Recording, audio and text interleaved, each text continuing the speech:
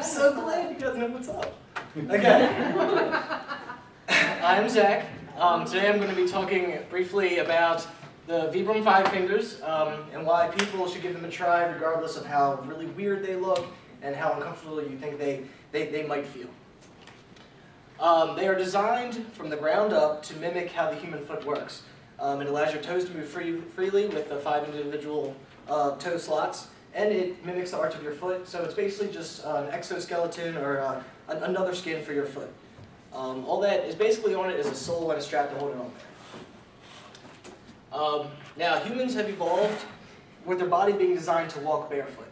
Recent research has concluded that running barefoot is often the best way and the healthiest way for your body to run.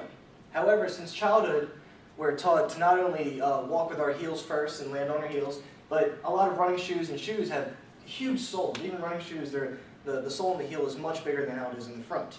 So over time, that's what people are used to walking as. However, as you'll see later on, it causes, walking that way causes a jolt of kinetic energy to go through your body, and over time can mess up the way you stand, and it can give you more pressure on your legs and knees.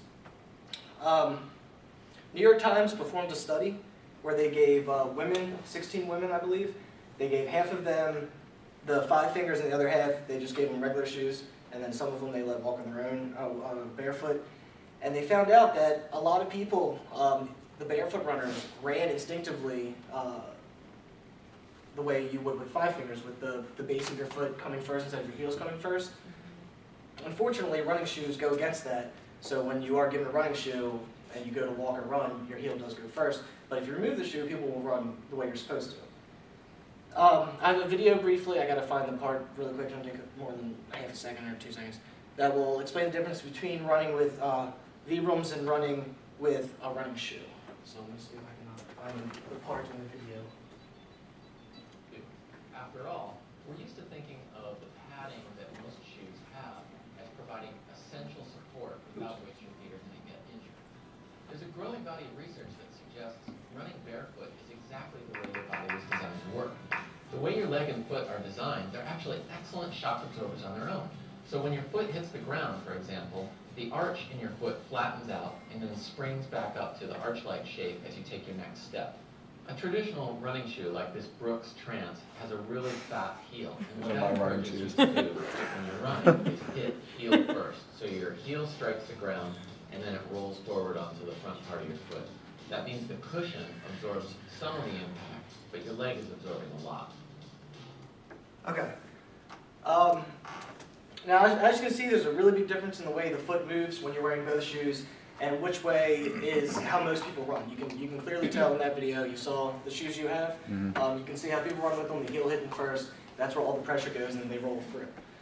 I have the next 2 videos are comparison. There's going to be one on top and one below, and they did a test where someone was running with regular shoes and then the Vibrams, and they compared the kinetic energy going through their legs and the pressure they feel on the body.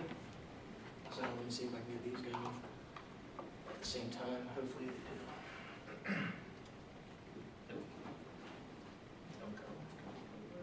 do. Alright, so on the top, you have someone running in the Vibrams, and on the bottom they're running in just regular running shoes. And as you can see right here, there are these little spikes in pressure that the body feels every time you run. As opposed to the Vibrams, where every step is just a smooth up and down, that's just how your body feels it, there's nothing jolting you. Now while this all sounds very good and lovely, there is some issues with them that people have had. I know I'm supposed to persuade you to look into them. And while they are great, the issue people have is related to the ability to their body to not get used to them fast enough, or someone who runs 20 miles a day will put them on and try to run 20 miles the next day. And it uses different muscles than normal shoes do, so it can strain your body. And if people wear them and try to walk normally, like with their heels first, it'll really mess up your heels, and quickly you can have broken ankles and stuff like that. So if you want to get into them, use them in caution.